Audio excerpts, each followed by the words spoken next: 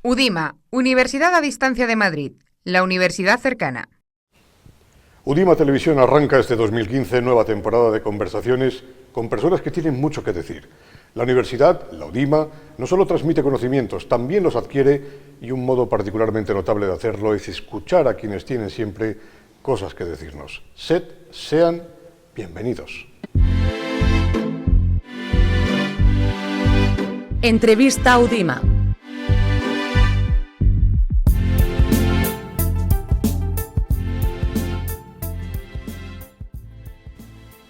Ser ministro, diputado y fiscal general del Estado y desarrollar esas funciones en el arranque del precioso tiempo político y social que siguió a la transición española es algo de lo que nuestro invitado puede presumir, como también de haber conocido y trabajado junto a los presidentes españoles Adolfo Suárez y Felipe González.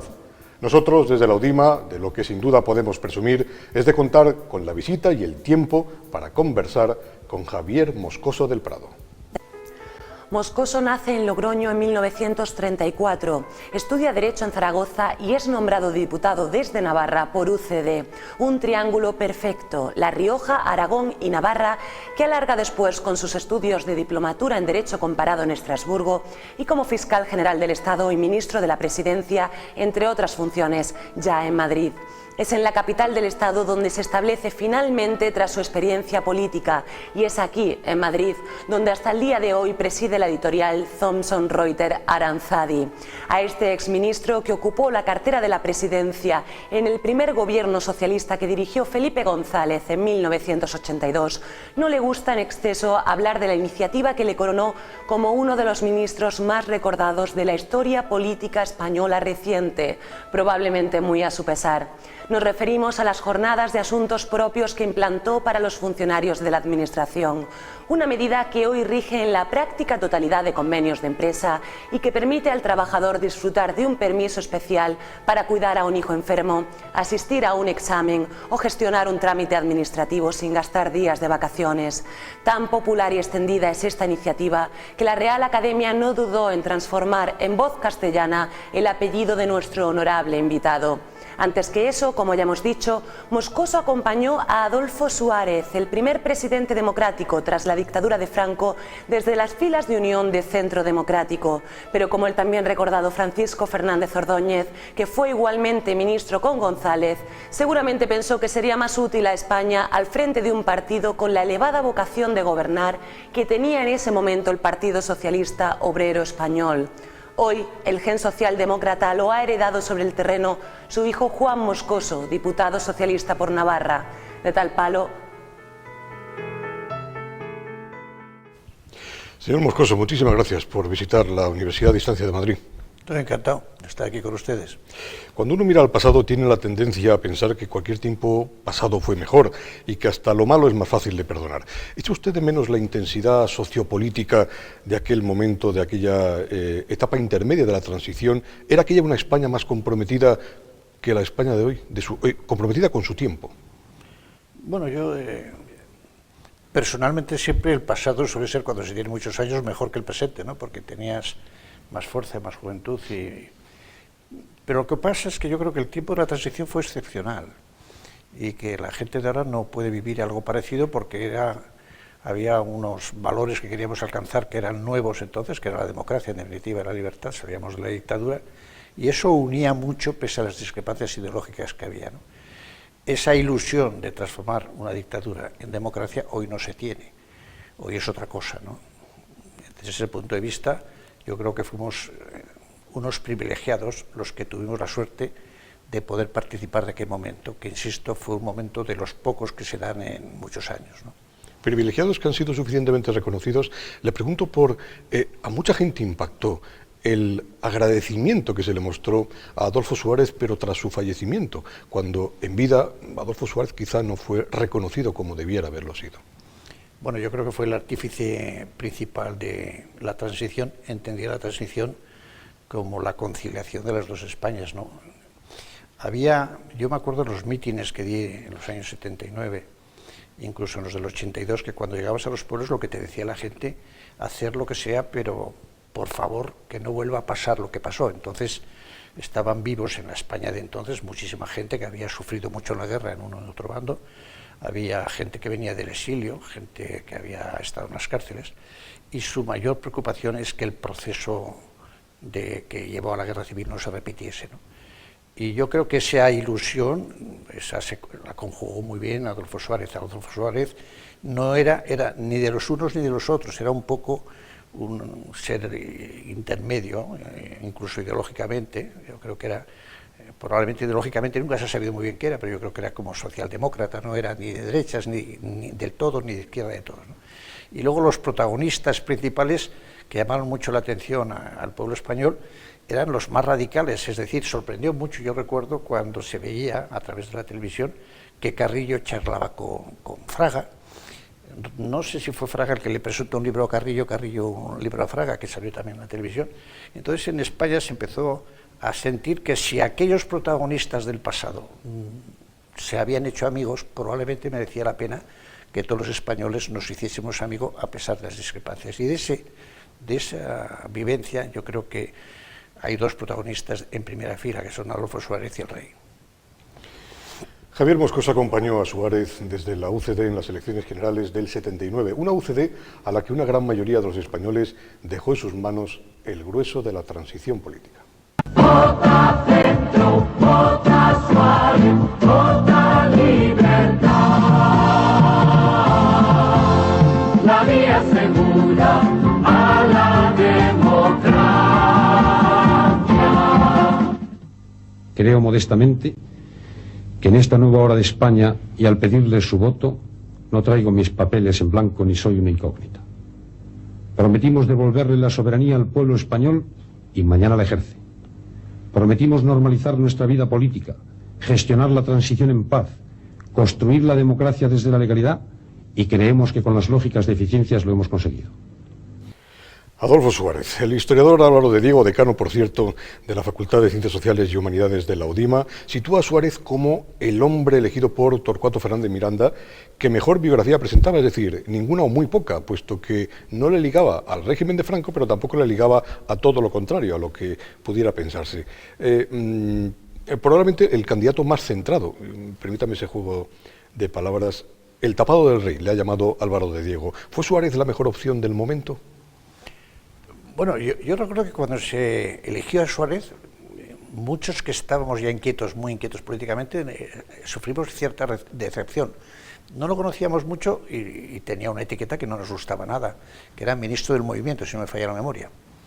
Sin embargo, prescindiendo de ese momento, yo creo que cuando empezó a andar, y sobre todo cuando tuvo el valor, que fue muy notorio, de legalizar el Partido Comunista, ya entonces se granjeó la simpatía política, por lo menos, de todos los grupos. Yo creo que aquello fue una decisión que es la que reafirmó la transición. Si no se hubiese legalizado al Partido Comunista, yo creo que la transición hubiese fallido, hubiese sido imposible, democráticamente hablando, y no hubiésemos tenido credibilidad fuera. Al final, el final de Adolfo Suárez lo anticipa un arrebatador Felipe González, a quien acompañó nuestro invitado en su primer ejecutivo. Hace de eso ya 33 años.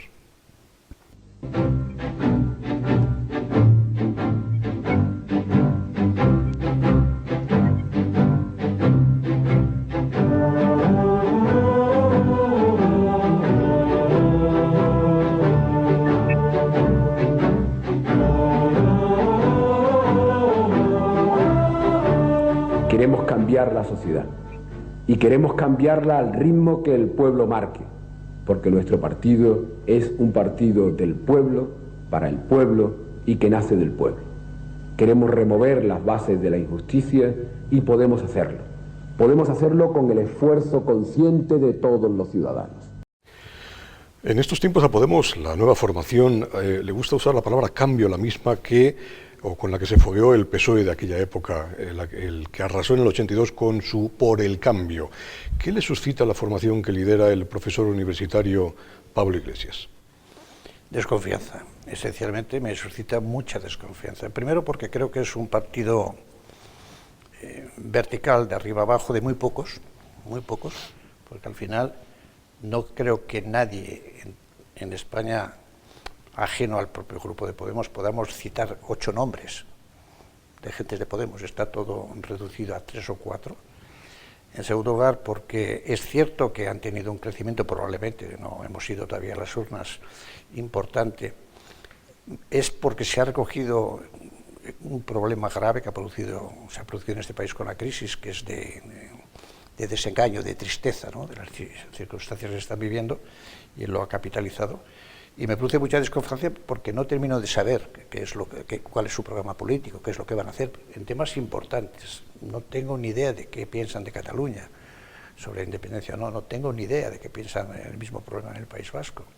No tengo ni idea, se oyen cosas confusas de si van o no a privatizar la banca o a hacerla pública, mejor dicho, perdón. No tengo ni idea de qué van a hacer con la sanidad. Y claro, el ejemplo de Grecia es desalentador, porque claro, lo de Grecia, yo deseo lo mejor para los griegos, pero creo que han dado un paso atrás con la decisión política que han tomado, sin perjuicio que la otra alternativa tampoco me gustaba nada. Lo de Grecia es un problema muy serio, ¿no? Entonces, si me dice usted, ¿qué es lo que le inspira a Podemos? Hoy por hoy, muchísima desconfianza. Y el Partido Socialista, uno de los varones socialistas, el expresidente de la Junta de Extremadura, Guillermo Fernández Vara, llegó a decir hace muy poco tiempo que en el PSOE faltaba o se recordaba el carisma de aquel Felipe González que usted conoció. ¿Cómo ve usted el PSOE de ahora? O mejor dicho, ¿cómo ve el PSOE de mañana? Está en una etapa de regeneración, yo creo, que puede ser positiva y que necesita cierta andadura, ¿no? Yo creo que está mejorando, pero no estaba bien. A mí me parece que ha sufrido un problema de encerrarse en sí mismo, un problema, se ha canibalizado a sí mismo, ha habido demasiado poder concentrado en las pequeñas estructuras locales y en las casas del pueblo, y se ha cerrado, no se ha abierto a la sociedad. El PSOE es un partido que tiene que estar mucho más abierto de lo que ha estado en estos últimos años, y si no lo hace, desaparecerá. Y yo en ese sentido confío en que se hayan dado cuenta y que se empiece a abrir. Me da la impresión que hay cierta apertura hacia la sociedad que rompe unos últimos años muy cerrados, muy negativos, aparte de problemas de corrupción, que algunos han solucionado bien y otros mal. Claro, lo de Felipe González era distinto. De Felipe González era una época que no tiene que ver con la actual, ¿no? Él pedía un cambio. Felipe González arrolló, yo recuerdo las elecciones del 82, que yo iba en las listas del PSOE, arrolló porque se daban una serie de circunstancias que tampoco se repetirán. Primero, había un líder, que era él. Segundo, había una sensación en este país muy extendida de que la democracia solo se consolidaría si aguantaba o soportaba un gobierno de izquierdas.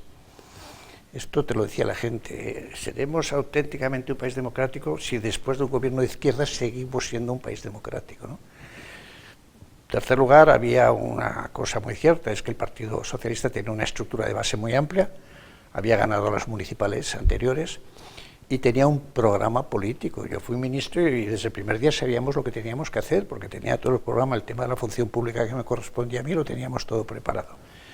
Y había un cuarto factor, a mi parecer muy importante, y es que éramos inmaculados, no teníamos ningún pecado. En aquel momento éramos un partido inmaculado. Bueno, aquellas circunstancias, desventuradamente, algunas de ellas no se repiten, ¿no? Tenemos pecados, esto hay que reconocerlo, y no sé si bien resueltos siempre. Bueno, todo eso es lo que el nuevo PSOE tiene que reordenar y arreglar, de forma que la gente recupere la credibilidad que entonces tenía, ¿no? Ahora que habla de pecados, la multiplicación de casos de corrupción y en el marco de la crisis económica ha llevado a no pocos analistas a hablar de la necesidad de plantearse un proceso de regeneración, llaman algunos, una nueva transición. ¿Pudiera ser necesario contar para ello con la altura política de aquellos que protagonizaron la primera transición, de acuerdo con dos parámetros que destaca el presidente del Congreso, Jesús Posada? El consenso y el espíritu de concordia. Este es el llamamiento que, como presidente del Congreso de los Diputados, dirijo hoy a todos los grupos políticos de esta Cámara, y que además creo que sería el deseo de los constituyentes a los que hoy homenajeamos. ¿Es necesaria una segunda transición? Creo que hemos hablado antes de ello ya, pero se lo vuelvo a preguntar. Bueno, yo tanto como segunda transición, no, una tercera. La transición era de la dictadura a la democracia, ahora es de democracia a otras formas de democracia, probablemente, o sea, menos traumático, menos radical, ¿no? Lo que sí creo que en los hábitos de los comportamientos políticos sí que hay que cambiar. Es decir, todo eso que se predica y que no se produce muchas veces de la transparencia, hay mucho camino todavía por recorrer. Y luego hay que terminar algunos vicios que me parecen a mí impresentables. Por ejemplo, a mí me irrita profundamente que se entienda que la responsabilidad política va de la mano de la responsabilidad penal. Y no, el nivel ético exigible a un político tiene una vara mucho más corta que la que se le exige a un ciudadano normal. Dicho de otra manera, hay políticos que deben ser excluidos de la vida política aunque no tengan responsabilidad penal, porque hay comportamientos intolerables políticamente hablando, ¿no? Entonces, toda esta argucia que hay ahora de que no me han imputado, sí me han imputado, todo esto no tiene nada que ver con la responsabilidad política. Hay que tener ideas más claras y siguen estando confusas probablemente en todos los partidos, ¿no? El político tiene que ser ejemplar en todos los órdenes de la vida, porque si no, no se tiene confianza en él, entonces la ciudadanía abandona la política y eso es muy, muy malo, ¿no? Es decir, que si me hablan de una segunda transición, yo diría sí, hacia lo ético. Ahora el paso es hacia lo ético. Permítame un giro, por cierto, una transición de lo político a lo jurídico, aunque verá que quizá no haya tanta diferencia. En 1986 usted es nombrado, usted lo ha sido casi todo en la Administración, es nombrado fiscal general del Estado y sí, es sabido además que defiende el modelo anglosajón, aquel que deja muy claro que el fiscal general, que es nombrado por el Gobierno, pues es del Gobierno y no hay más de qué hablar. ¿No cree usted que esto de alguna manera afecta la imagen que puede tener la sociedad de despolitización de la justicia, de deseable despolitización de la justicia, o no, el fiscal general del Estado como el sheriff, que es votado en Estados Unidos? Bueno, lo de la votación ya sería un puesto mucho más largo de lo que yo he defendido, ¿no? A mí me parece que con la figura del fiscal, que por cierto, la Constitución no dice que tenga que ser independiente, lo dice respecto de los jueces. Y diré por otro lado que a mí el mito de la independencia siempre me ha preocupado, salvo para los jueces. Aquí los grandes independientes del siglo pasado fueron Hitler, Mussolini y Franco. Esos eran independientes. Yo me fío mucho más de el que tiene control del que no lo tiene, ¿no? Y en ese sentido, cuando yo digo que el fiscal debe ser nombrado con el Gobierno, no digo nada que no esté en todo el mundo. En toda Europa el fiscal lo nombra el Gobierno. En consecuencia, pretender hacer independiente a una persona que lo nombra el Gobierno es perder el tiempo. Nadie se lo cree. Por eso yo creo que el paso hay que darlo en sentido contrario, pero reconozco que me quedo muy solo cuando digo esto. Es decir, que hay que decir claramente, oiga usted, el fiscal depende del Gobierno, no estas cosas que no, que sí, no, oiga usted, depende del Gobierno. Y el fiscal tendrá que hacer lo que le diga el Gobierno, salvo que sea ilegal. Y si es ilegal, le tiene que decir al Gobierno, no cumple esta instrucción, porque no es legal. Y a cambio de esa realidad, que es decir las cosas con toda claridad, habría que decir, y el fiscal tiene responsabilidad política, es decir, tiene que poder ser llamado al Parlamento para que explique al Parlamento por qué no ha hecho cuando creía el Parlamento que tenía que hacer, o por qué ha hecho cuando según el Parlamento no debiera haber hecho. Es decir, yo creo que serían las cosas mucho más claras, pero a mí me entristece, yo ya pasé por ese trance y veo mis sucesores intentando decir que somos independientes cuando no se lo cree nadie. Oiga usted, si le ha nombrado el Gobierno, evidentemente tiene que simpatizar con el Gobierno, sobre todo porque el Gobierno, y no quisiera extenderme mucho, es el responsable de la política en general, y un aspecto muy importante de la política es la política criminal. Y la política criminal, el instrumento más importante que tiene que tener el Gobierno para hacer una eficaz política criminal es el fiscal. Permítame un paso atrás en la historia. Llegó a ser fiscal general del Estado en el caso Gal. ¿Le sigue doliendo el alma? Al comienzo, sí. ¿Cómo le dolió aquello? Si es que le dolió, me imagino que le tendría muy preocupado. Bueno, me tuvo preocupado en la medida que me parecía muy grave el asunto y a la medida que podía tener unas repercusiones tremendas. Solo fui en el comienzo de, bueno, pues un asunto profesional desagradable, evidentemente, ¿no? Pero creo que en toda mi ejecutoria, todo lo que me tocó hacer fue rigurosamente ajustado a la legalidad, y así creo que se ha reconocido, porque luego no he oído críticas especiales en ningún caso referente a mi comportamiento profesional en aquel entonces. ¿Por qué no le gustan las sentencias ejemplarizantes? Que esto al público en general a veces gusta ver que una cantante puede entrar en prisión, que un torero también puede entrar en prisión por cometer según qué delitos, que un político puede entrar en prisión, aunque pareciera que no, pero a usted las sentencias ejemplarizantes no le acaban de convencer, ni siquiera para calmar la crispación social, ¿no? Que veo ser... que no, lo he dicho alguna vez, me sorprende que usted lo sepa. porque atentan al principio de igualdad.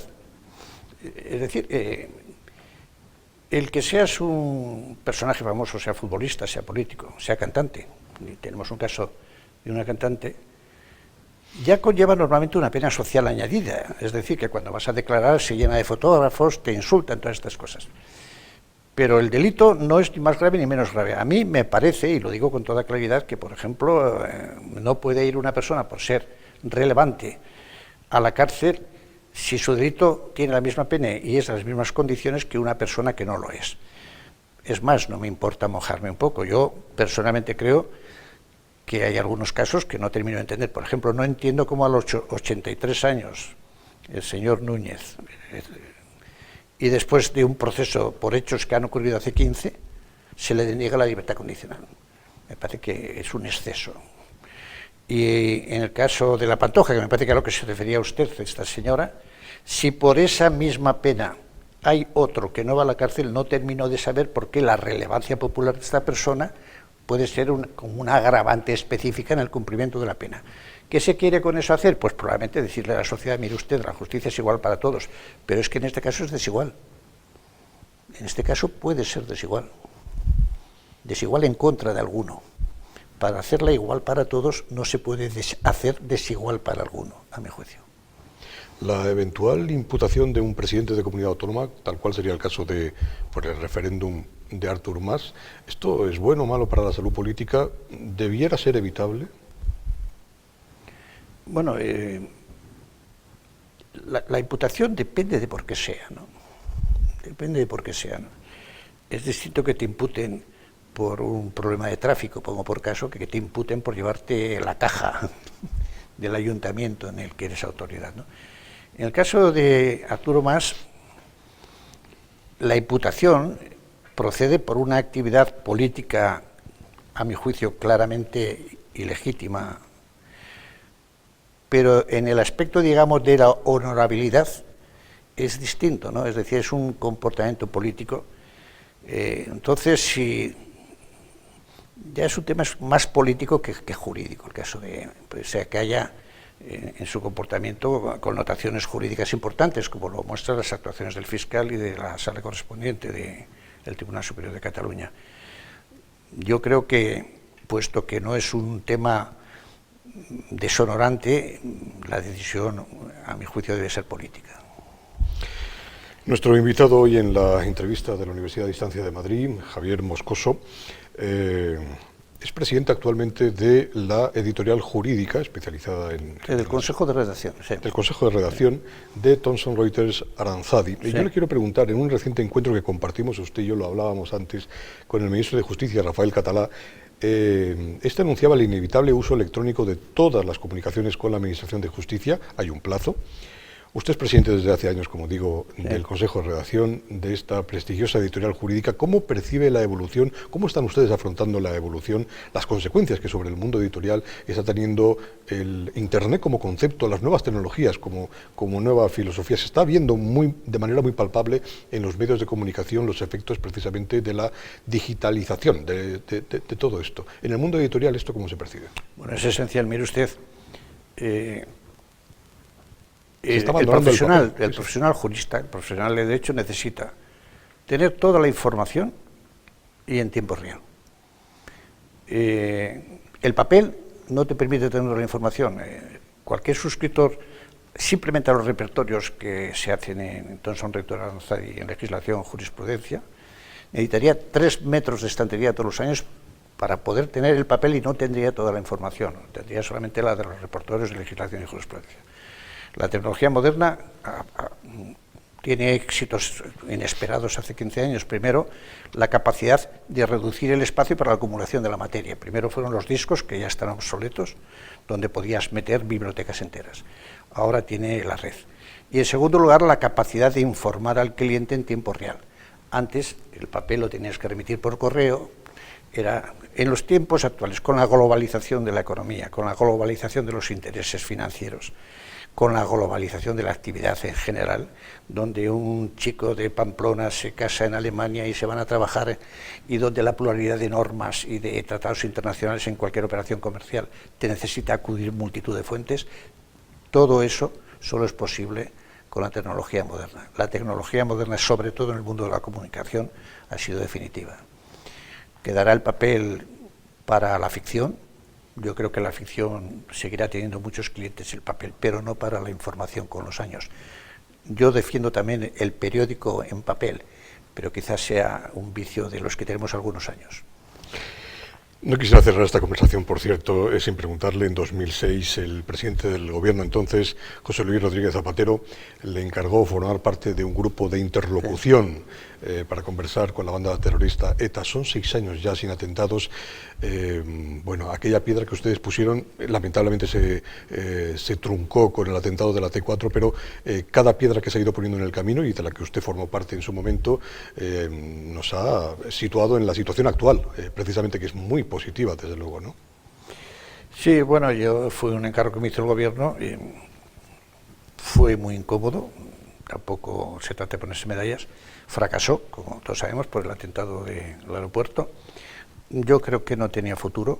La última conversación fue en diciembre de aquel año, unos días antes del atentado, sin horizonte. Lo que ocurre que, claro, mientras hablábamos no mataban, no es que fuese, eso no dejaba de ser un estímulo, ¿no? Pero bueno, se acabó con aquel atentado, pero creo que produjo un efecto. No he escrito nunca sobre eso, pero no me importa contestarlo, ¿no? Lo tengo escrito, pero no lo he publicado, quiero decir. Yo creo que nosotros produjimos un efecto que ayudó luego a lo que pasó más tarde, y es dividir a ETA, porque había unos partidarios de una cosa y otros de otra. Lo notamos en la propia mesa, porque cada día venían otros, unos y otros, es decir, ellos tenían un problema de que no tenían una postura unitaria, lo cual siempre era bueno. Y bueno, yo creo que hice lo que tenía que hacer con responsabilidad de Estado, y bueno, me lo agradeció el gobierno y me lo agradeció el rey, que eso fue una gran satisfacción. Javier Moscoso, presidente del Consejo de Redacción de la editorial Thomson Reuters Aranzadi, exfiscal general del Estado, miembro del Consejo General del Poder Judicial, exministro de la Presidencia. Muchas gracias, ya se lo he dicho, la Udima es su casa. Pues la tomo, me quedo. Nos oímos en una próxima conversación en Entrevista Udima. Muchas gracias.